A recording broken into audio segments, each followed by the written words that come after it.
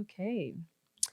So this past year of my life has been by far the most joyful and healing year that I've experienced thus far. Thank you. And in my reflection of that, I'm being very conscious about the what and how and who and why. And a couple of the many themes that I think arose in the past year for me have been connectivity and trauma. I'm sorry. I saw a familiar face. I'm so sorry. The first, connectivity, because I believe that each and every one of us, all of us here and all of the other living things that are and ever were and ever will be, are all equal. I think that we are all of one another. And I'm very interested in that concept of equality and how I can begin to believe it and to live my life through the perception that we are indeed all equal, and how I can begin to unlearn and deconstruct all of the social conditioning that tells us that we are not, that tells us that some of us are small, and that even tries to convince us that we ourselves are small. And I think that that shift in perception happens on the path to a few things. I think that when we begin to humble ourselves, and this is something that I struggle with quite a lot, so I went searching for a definition of what humility is, and I found a woman who was quoting another woman, of course, and she says, humility is not thinking less of oneself, but thinking of oneself less. I thought that was really beautiful. I think that it also happens when we begin to embark on this journey of self-love. And I think that that term can become very cliche sometimes, self-love. And so for myself, what I try to imagine to understand what it truly means to have self-love is to imagine how I behave when I love someone else. I think when you love a friend, you give them your time and your attention and your care. I think self-love is giving yourself those things in the different ways that support who you truly are as a being. And I think it's kind of cool because as you begin to self-love, you also simultaneously self-discover. You decide what you need and what you want, and who you truly are. I think lastly, we begin to see others and treat others equally when we love others and all living things with the same type of energy that we love ourselves. I think that when you truly love yourself and when you begin to understand that you are a soul, that you in turn see everyone else in their soul, and you understand that we are all tethered to one another. So all of those things, humility and self-love and loving others, I think that we're all going to do it very differently, of course, because we are all so unique. And I think for me, of course, it's really important for me to be able to connect with people through writing and through storytelling. I think that being able to articulate an emotion or an experience for me, it brings me a lot of joy. And being able to share that creation with others who can interpret it and connect to it in their own way, I think that's the gift. So connectivity and trauma are very different things, but I think that they can exist together, and I think that they should. For a very long time, I was depressed. And even now, knowing what I believe to be true about human beings, I think perhaps I was depressed for my entire life. And in that, not like debilitatingly, but just like very constant until it became like almost like suffocating and unmanageable. And in all of that suffering, I chose to isolate myself because I felt extremely vulnerable and I felt naked, and I was carrying all of this shame and guilt about how I was living my life. And I didn't really want anybody to see me because I didn't really know who I was. And I think that in that moment, of course, was the moment that I needed connection the most. So in my own life moving forward, I'm trying to be as open and as vulnerable and transparent about my experiences, both joyful and not. Because I think sometimes that we just need other people to stand as a lighthouse to say, like, I'm here, you're not lost, I've been there too. Trauma is, I believe, something that we as individuals experience and inherit a lot of the times from our families. But I think that it is also something that we as human beings collectively experience and inherit from past generations. And I almost use the term healing instead of trauma, but I thought that the term healing was maybe even a little bit too appealing because it's really nice to be healed. We all want to be healed. It's very safe and comfortable. I think that that comfort is a lot of the time what stops us from healing.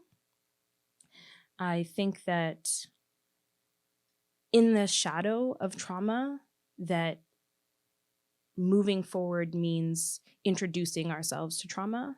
It means naming it for what it is, understanding it. It is admitting that we are broken.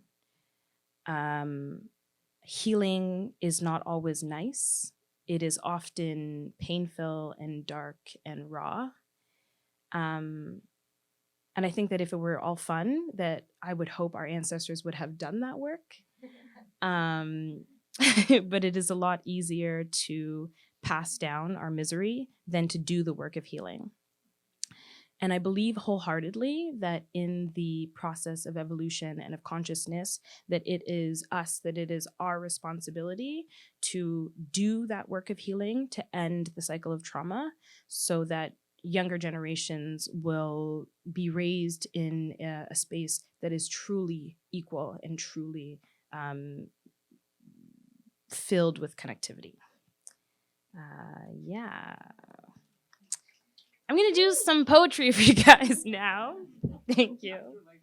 Yeah. Cool. Yeah, let's do that. This poem is called Lullabies. For a long time, it was just called Poem, but I think it's called Lullabies now.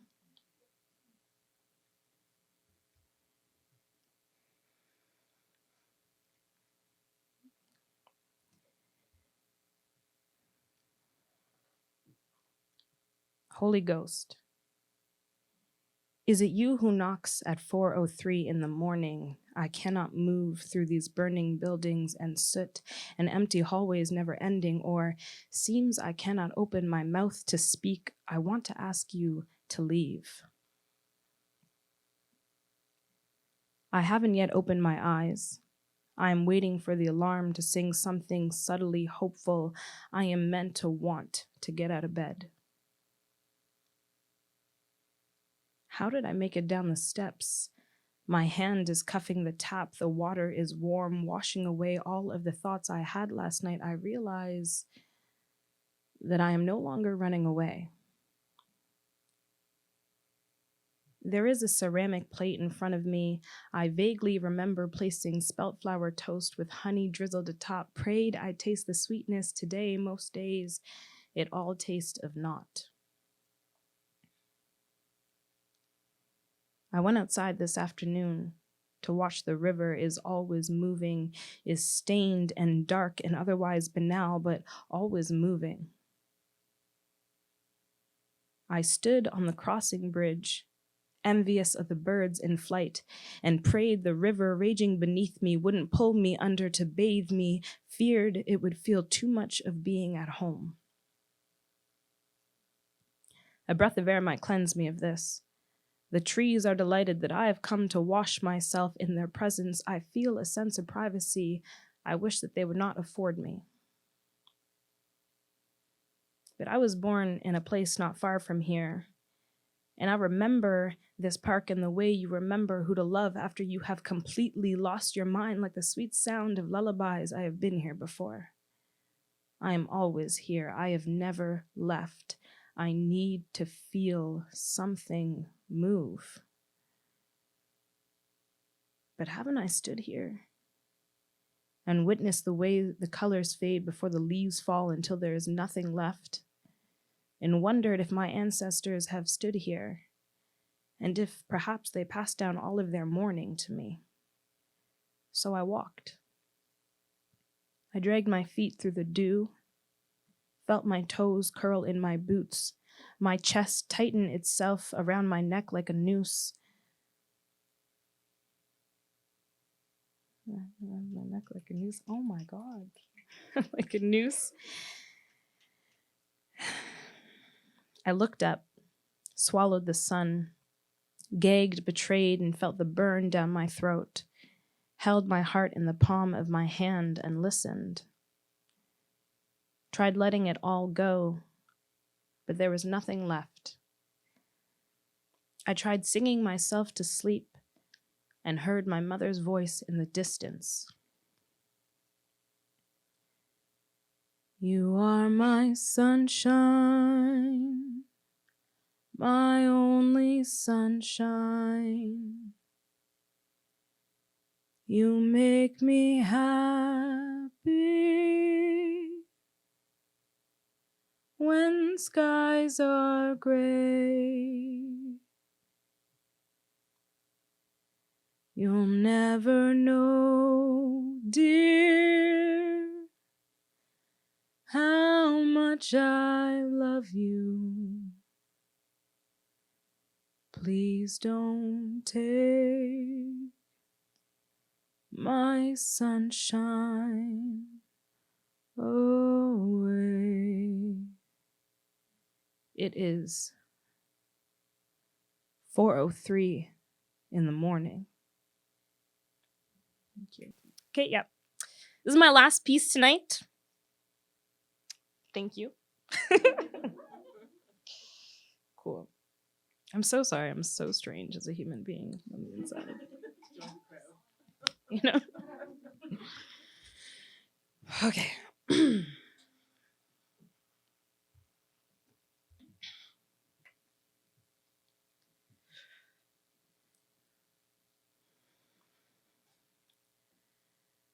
Don't rush me, baby. Don't you rush at all.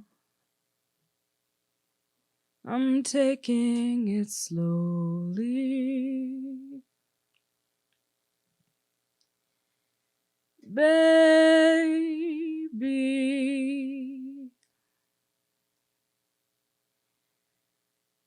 don't rush me, and I'll let it all show. Baby,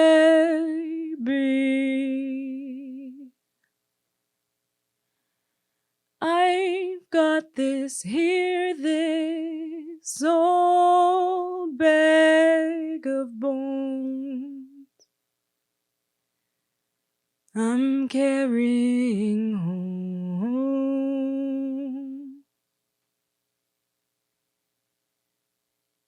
Baby,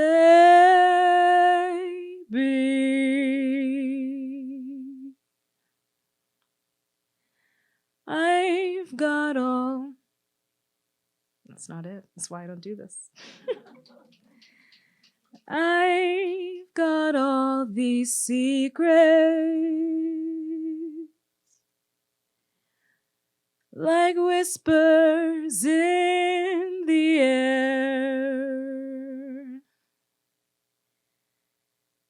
Baby,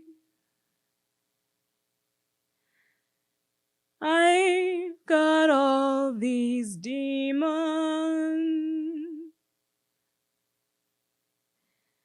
with no place to go. Baby,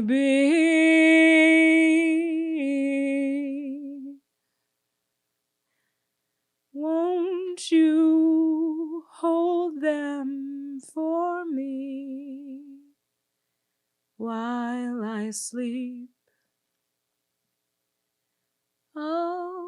be back in the morning. Oh, they've no place to be.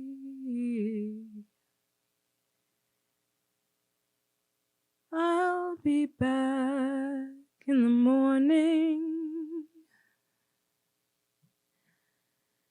No, they've no place to be. Thank you.